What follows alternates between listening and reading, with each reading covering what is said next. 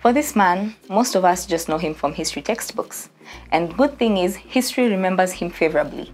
He is described as an honest, humble, and cheerful man.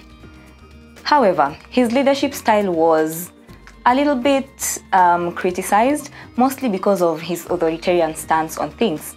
But today we go into the details and the intricacies of this man. Hi, welcome to the African Footprints podcast with me, Effie.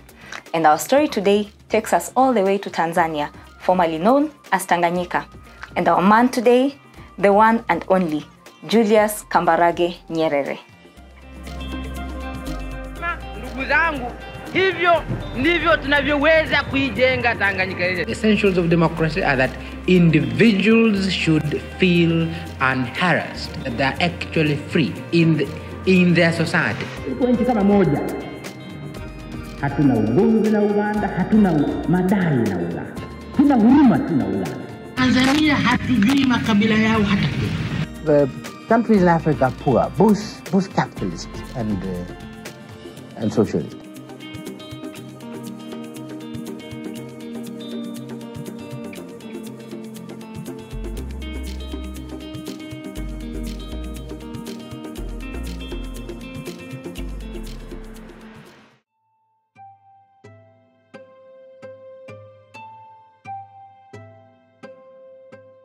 You have to take in the values of socialism which we were trying to build in Tanzania, in any society. And those values are values of justice, a respect for human beings, development which is people-centered, development where you care about people. You can say, leave the development of a country to something called the market, which has no heart at all. Since capitalism is completely ruthless, who is going to help the poor? And the majority of the people in our countries are poor. Who is going to stand for them? Not the market. So I'm not regretting that I tried to build a country based on those principles. You will have to, whether you call them socialism or not. Do you realize that what gave capitalism a human face was the kind of values I was trying to sell in my country? So Julius Nyerere was born in 1922, and he was born in a small village in Tanzania. There was really not much about him then because he came from a humble family, went to just a normal school, and grew up as a normal citizen. However, history would change for this man because one, he became the first Tanzanian to study in a British university when he went to the University of Edinburgh.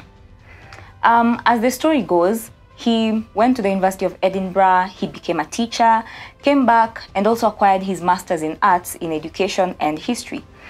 And one thing about Nyerere is that he was passionate about teaching and education in general.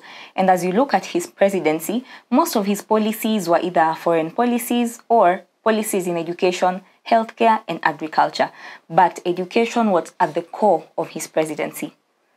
While he came back with his Masters of Arts in History and Economics, I think I said the wrong thing at the beginning, he set up the Nyumba ya Sanaa. And this was essentially a place where artists would come and showcase their art, showcase their paintings. And honestly, this was the startup base for most of the artists in Tanzania. However, back to his political career. When he entered politics, he joined the Tanganyikan African Union. Before then, Tanzania was not known as Tanzania. That is for my 2000 babies who do not know this history. He became the president of the TAU in 1953. And while he became the president, at that time, Tanganyika was still under the British rule, and it was being led by Queen Elizabeth. As he led this party, he essentially advocated for equal rights, he advocated for ending discrimination, and he advocated for a better economy for Tanganyikans. And essentially, he focused on education and agriculture, which was the backbone of Tanganyika's economy at that point. Fast forward to 1955 to around 1956, Nyerere went to the United Nations in New York, and he went there for one reason, just to petition the United Nations to allow Tanganyika gain its independence. Here is what he wanted. He essentially wanted them to give them a specific date that they would grant independence to Tanganyika. But the British did not like this because, as we know, for those of us who know the colonial history, they were a little bit reluctant to let go of their colonial powers. They were a little bit reluctant to let Africans take over because they had the feeling that, well, Africans can't lead themselves, or being third-grade citizens, Africans are not able to lead as they did. And just not being able to relinquish the power, the British monarchy absolutely refused to grant Tanganyika their independence or even give them a tentative date. And this really angered Nyerere. But since he was a very calm man, of course he did not let that out. He went back to Tanganyika, but this had positioned him as one of the speakers for the Tanganyika Association, and essentially the one representing his country in most of these forums. So Nyerere, being the peaceful man that he was, actually, an interesting fact, Tanganyika was one of the few countries that gained their independence without any bloodshed, because this man went and struck a deal with Mr. Turnbull. Mr. Turnbull was the then Prime Minister, just correct me if I'm wrong. He was the Prime Minister, I think. So he just had a deal with Mr. Turnbull and told him, we're going for the elections, right? And if Tanganyika citizens win the most seats in the Legislative Council, then you are going to allow for self-rule, or at least ease us into gaining our independence. And in 1957, when the election was held, Tanganyika actually won about 75 seats in the Legislative Council, and one of the members in the Legislative Council was Julius Nyerere. Following the independence conversation that had been stirred and the mutual agreement between Nyerere and Sir Richard Turnbull, in 1961, Tanganyika attained self-rule, and then it became an independent state.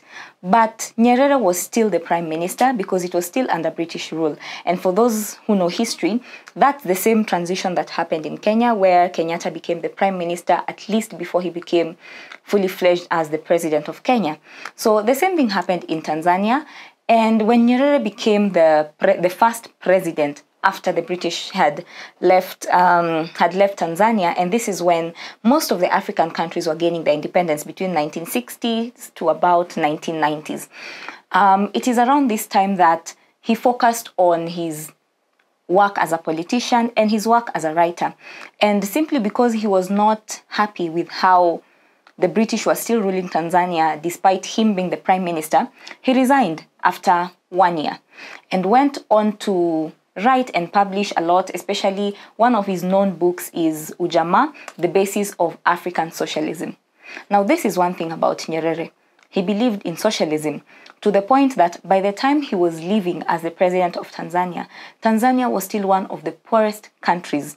Well, at least now we can see that capitalism is not a villain after all. So this is one thing that Nyerere has been criticized for. He has been criticized for his authoritarian leadership style and trying to enforce socialism on Tanzania, despite the fact that a bit of capitalism was much needed. And it was worse because by the time he was resigning as president, or rather handing over to the next government, Tanzania was not only poor, but most of Tanzanians' GDP was actually, most of Tanzanians' GDP and their economy was funded by foreign aid. Now, this is not a place that a third world country would want to be. And I understand Nyerere's point of view because for him, he believed in, one, ensuring everyone was equal. There is no wide gap between the rich and the poor in the country. And secondly, he sought to ensure that there was equality in terms of education, and that Tanzania was actually focused on agriculture, which, like I said earlier, was the backbone of its economy. Now, you would understand that Ujamaa, the basis of African socialism, was the foundation, or rather was the basis upon which the Arusha Declaration of 1967 was founded on. And this Arusha Declaration simply set out the things that I have mentioned he was working on. 1, education. 2, agriculture. 3, ending discrimination. 4, ensuring that there was equality before the law and everyone was equal. Another thing that Julius Nyerere is fondly remembered for is the peace that he ensured reigned, especially between the East African community. Now, as the story goes, one time there was, of course, the war that happened in Uganda when Idi Amin Dada took over from Milton Obote. And because of that, there was a reign of terror in Uganda. There was military control of the country. And Nyerere sent Tanzanian troops to actually fight with the rebels and ensure that Idi Amin Dada was overthrown. This was successful. However, Nyerere was heavily criticized for this. And this is because there was a lot of things that were happening in Tanzania, but seemingly he left all that and went to help fight Uganda's war. And as most of his critics would say, he left the problems at home and tried to sort out the problems outside. But one thing I admire, and is always my defense for this when it comes to Julius Nyerere, is the fact that he was not only calling out international dictators or calling out the British for their colonial administration or just calling out people from afar. He was also calling out people within his own cabinet, people within the East African community, and he was also just calling out other leaders within the African organization. And for him, it was simple: do the right thing. Now, a story is told about him. I am not sure whether this is true or false because I couldn't find anything to actually prove it as true or prove the assertions.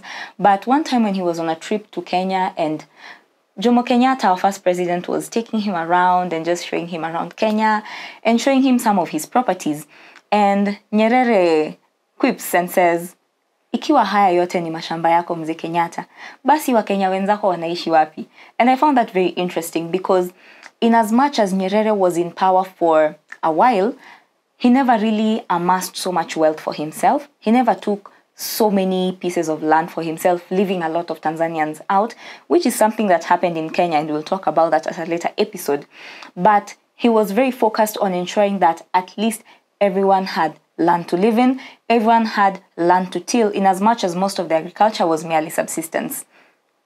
Now, Nyerere is fondly remembered for so many things. But one thing, we can always remember him for ensuring a peaceful transition.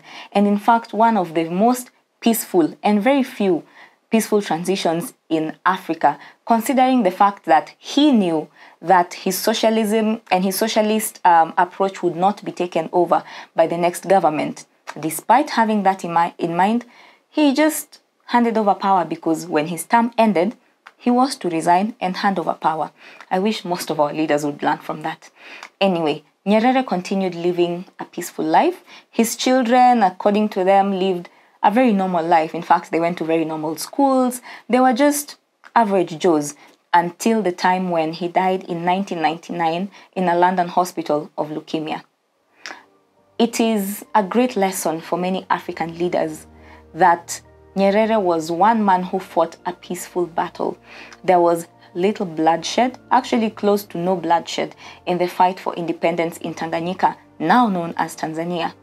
And this is because he chose a peaceful approach to fighting for the independence of the Tanzanians. He opted for a peaceful approach in speaking to the British monarchy and just ensuring that peaceful transition. Even to the point when he was resigning as president, peace still reigned. And I think that should be an important lesson because election periods are always a bit tumultuous in Africa. We have wars, we have a lot of bloodshed. I think Kenya remembers that. I think Uganda knows a bit about that with the harassment that happens. But that was not Nyerere. So the man that we learn in textbooks, despite the criticism that he faced, which somehow I tend to agree with because socialism doesn't entirely work unless it is properly framed and properly structured. And for a third world country, also very difficult to make it work. But despite all his efforts, he still held one thing. Africans need self-rule and Africans need self-actualization. That's all I had for you today. Thank you. And I would like to ask you to subscribe, follow our pages on Instagram, on TikTok. At least I post some short videos over there, so be sure to check that out. Follow us on YouTube and just check out our videos, which will be coming out every week. Have a lovely day. Bye.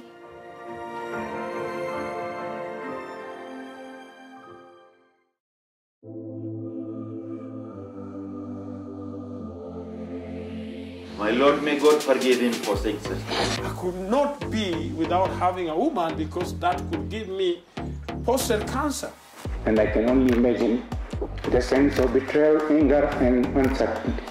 Najenga damu ya Aror na Kimwarer kule katika sehemu ya Elgeyo Marakwet. I went to Alliance Gas School.